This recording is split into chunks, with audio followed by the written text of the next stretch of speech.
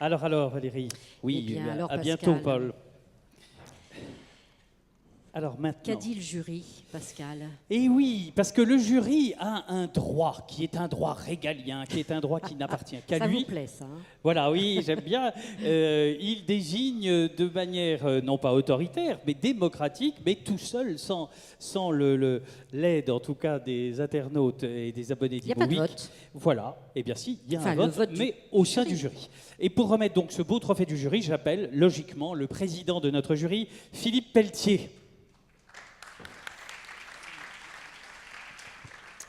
Alors Philippe.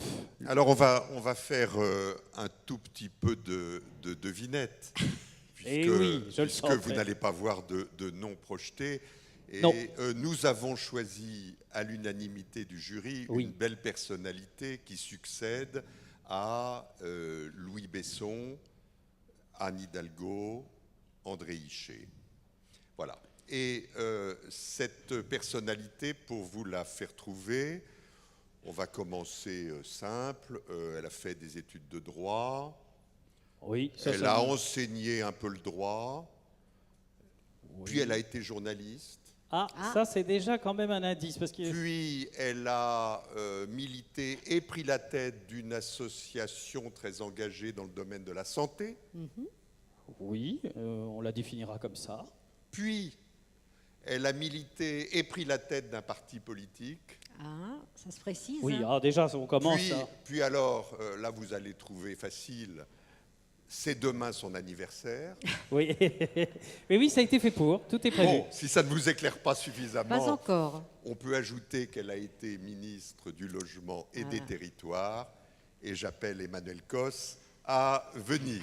Bravo. Bravo.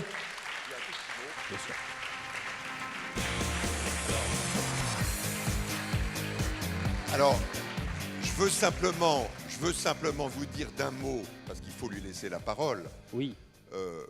ce qui unanimement a fait que le jury a voulu la mettre en valeur. Elle est arrivée pendant un temps, somme toute, assez court, 1 an et 3 mois. Elle est arrivée à apaiser un secteur qui avait été sérieusement chahuté précédemment. Je n'en dis pas plus. Non. Apaiser, c'est-à-dire relier, refaire les relations avec l'ensemble des acteurs du secteur. Et puis, remettre sur les rails un certain nombre de belles actions. Je pense à la lutte contre l'insalubrité.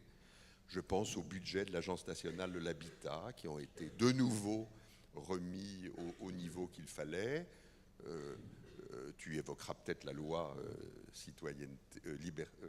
égalité et citoyenneté.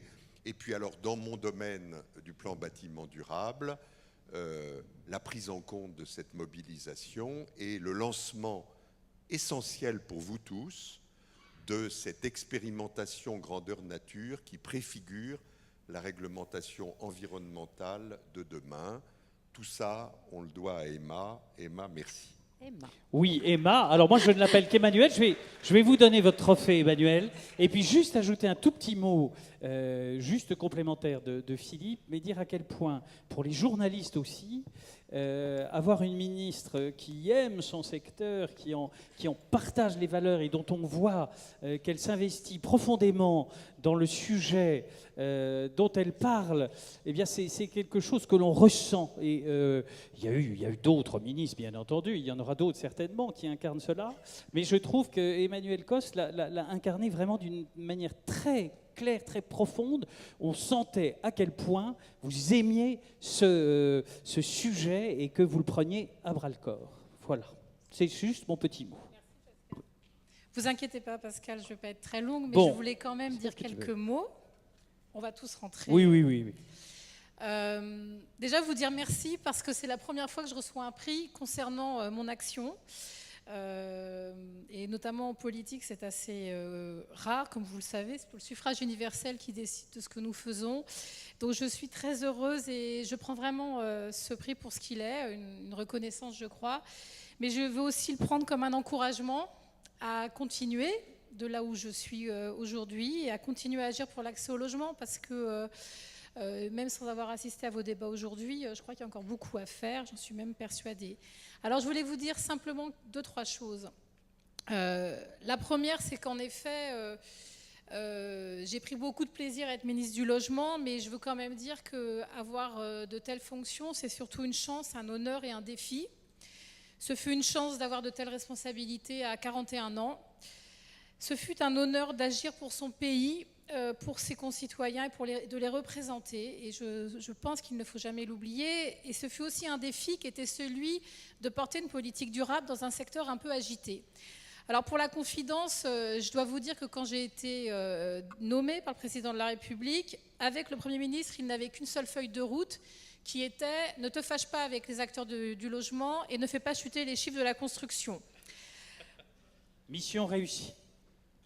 Ils me connaissaient surtout en tant que chef de parti et nos dialogues étaient souvent un peu vifs, mais en même temps, nous faisions beaucoup de choses ensemble. Mais je les avais rassurés sur ce point-là. Mon objectif était vraiment de redresser le secteur durablement. Et d'ailleurs, je dois le dire, j'ai eu la chance, ce n'est pas toujours le cas quand on est ministre du Logement, d'avoir durant toutes mes fonctions des chiffres qui n'ont fait qu'augmenter. Et c'était d'ailleurs pour nous extrêmement important, pas simplement pour les chiffres, je dois le dire ici devant vous, mais bien parce qu'il me semble important que nous démontrions ensemble que l'objectif de 500 000 logements, ce n'est pas simplement une marotte symbolique, ça représente quelque chose par rapport aux besoins de notre pays, et surtout le secteur dans son ensemble a montré qu'il était capable de les produire. Et c'est pour cette raison que je m'étais tant battue là-dessus. La deuxième chose que je voulais vous dire, c'est que j'avais un parti pris durant mes fonctions au ministère, mais j'avais le même quand j'étais vice-présidente de la région Île-de-France, avant Geoffroy Didier, que parfois j'asticote un peu, même beaucoup, mais toujours de manière très, très gentille. Et vice-versa, dit-il. Et vice-versa, absolument. C'est de travailler avec les acteurs du logement et de défendre, si on veut défendre une politique du long terme, on ne le fait pas contre les acteurs ou sans eux. Et il me semble très important de le dire ici, et quand je parle des acteurs, c'est avec tous les acteurs. Le ministre n'est pas un sachant, le ministre doit essayer de construire des politiques pour un secteur qui en a besoin. J'avais aussi cœur de vous démontrer qu'une ministre écologiste dans ce secteur, ce n'est pas obligatoirement synonyme d'échec, mais au contraire de capacité à faire et à notamment construire des politiques efficaces et utiles. Alors c'est vrai, je n'ai passé que 16 mois au ministère, j'ai eu, je crois, quelques réussites. On a aussi eu des échecs, et notamment Marseille. Vous en avez parlé, Pascal, parce que je sais que vous y tenez, mais moi aussi. C'est un des seuls domaines sur lesquels j'ai échoué à faire bouger une ville. J'ai échoué à lui faire accepter de l'argent supplémentaire, des moyens supplémentaires, et y compris des décrets pour faire des orcodes OIN.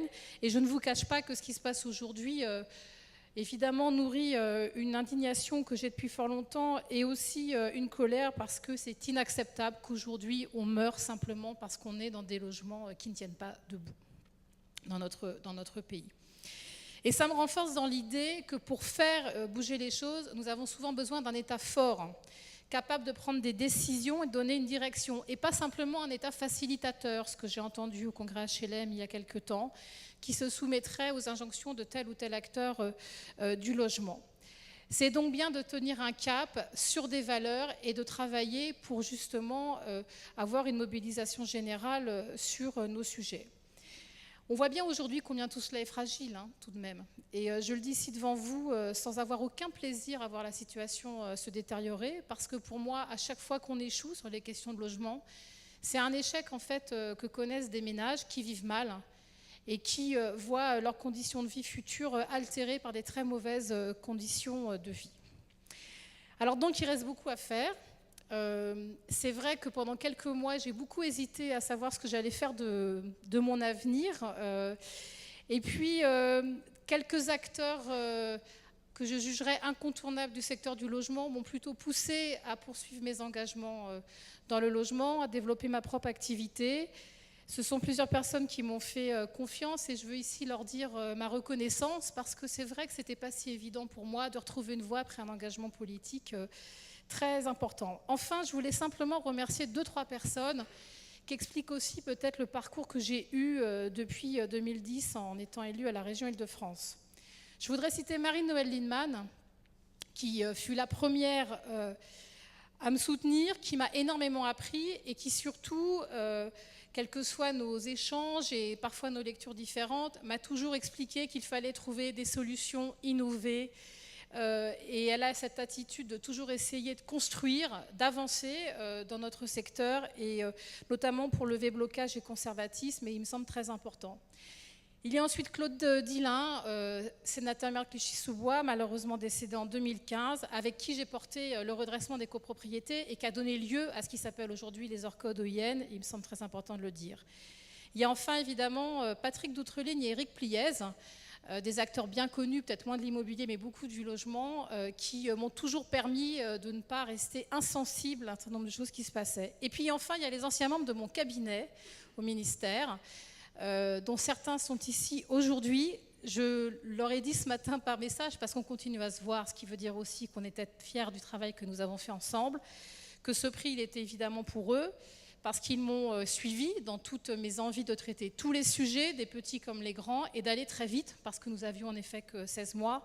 Je voudrais notamment citer Lionel Primo et Jonathan Sorel, qui m'accompagnent depuis fort longtemps, Thierry Laget, qui est l'auteur quand même du plan de relance, et on lui doit quand même quelques belles réussites, même importantes, et Ariane Azema, qui était ma directrice de cabinet et qui a essayé de faire en sorte qu'on avance.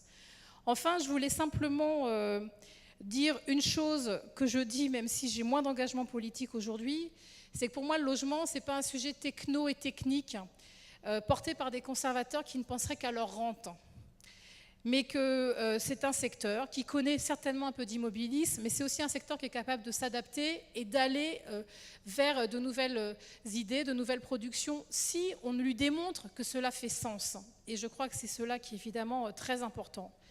Avec le logement, nous sommes au cœur de ce qui fait la politique, la vie dans la cité, la mise en œuvre de l'égalité entre nos concitoyens. Et c'est pour cette raison que cette capacité de notre société à vivre ensemble doit être toujours réinterrogée.